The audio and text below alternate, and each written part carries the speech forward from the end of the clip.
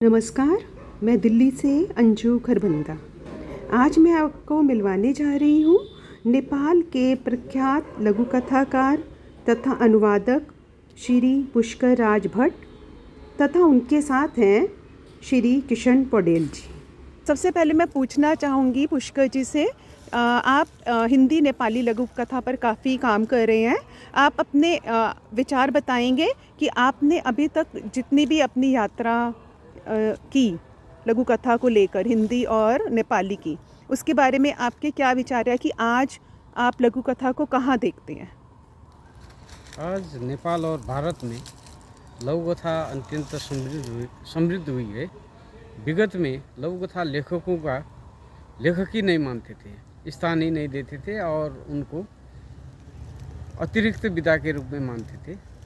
लेकिन अब स्थिति है कि दोनों देश के लघु कथा लेखकों को उत्कृष्ट सूची में, साहित्य की उत्कृष्ट सूची में रखा गया है, उनको सम्मान दिया गया है और उनके विषय में विभिन्न शोध कार्यक्रम हो रहे हैं और लघु कथा संबंधित कार्यक्रम को माध्यम से दोनों राष्ट्रों को जोड़ने के लिए बहुत से कार्य हो रहे हैं।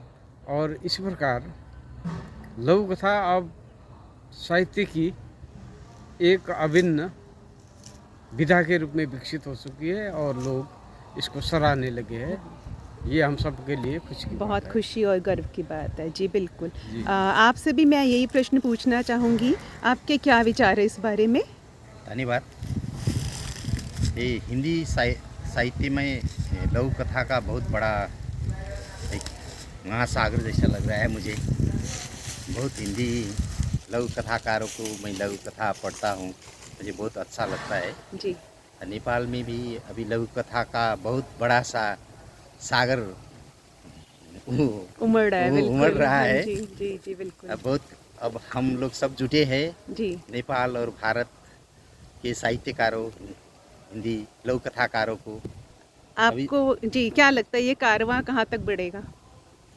ये कति अगाडि बढ्छ? अच्छा, ये तो अब मेरे ख्याल में बहुत शुरुआत है अभी। जी। अभी शुरुआत हुआ है। मेरठ साहित्य में भी मेरा पहली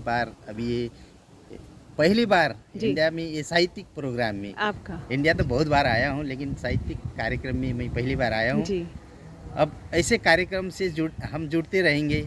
जी। अब कभी इधर से आप उधर जाएंगे, हम उधर से आएंगे, तो ये तो श्रृंखला चलता रहेगा, बहुत लंबे समय तक चलेगा मेरे ख्याल में। जी ये जी। बहुत लंबा समय तक जाएगा। एक आपस में साहित्यिक गतिविधि होना चाहिए मेरा ख्याल में।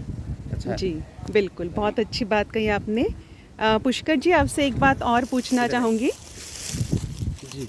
अभी आप लघु कथा अनुवाद पर काफ़ी काम कर रहे हैं और अनुवाद के साथ साथ आप अपनी सृजन के बारे में कुछ बताइए। मेरी अब तक 3 लघु कथा पुस्तक प्रकाशित है जी।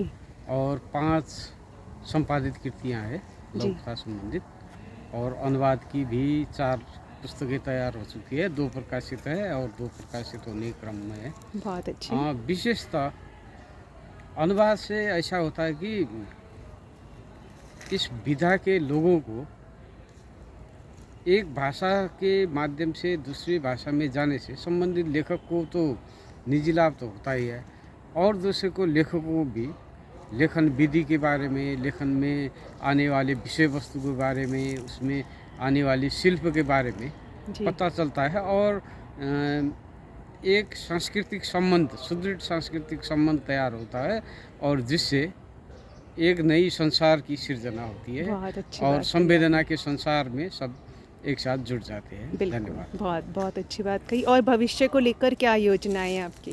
भविष्य में अभी तो मेरी एक पुस्तक आ रही है, नेपाली लघु कथा की प्रवृत्ति। जी। वो समालोचना पुस्तक है और 1-2 पुस्तक है मेरी लघु कथा संग्रह, निजी लघु कथा संग्रह, वो भी प्रकाशन में आ रही है। और हम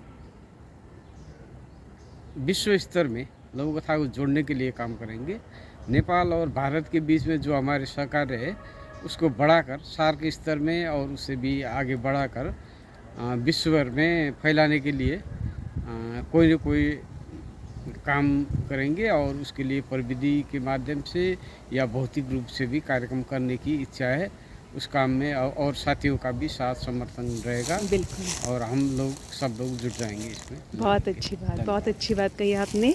बहुत बहुत शुक्रिया आप दोनों साथियों का। जुड़े रहिएगा। नमस्ते, बहुत बहुत शुक्रिया, नमस्कार। धन्यवाद।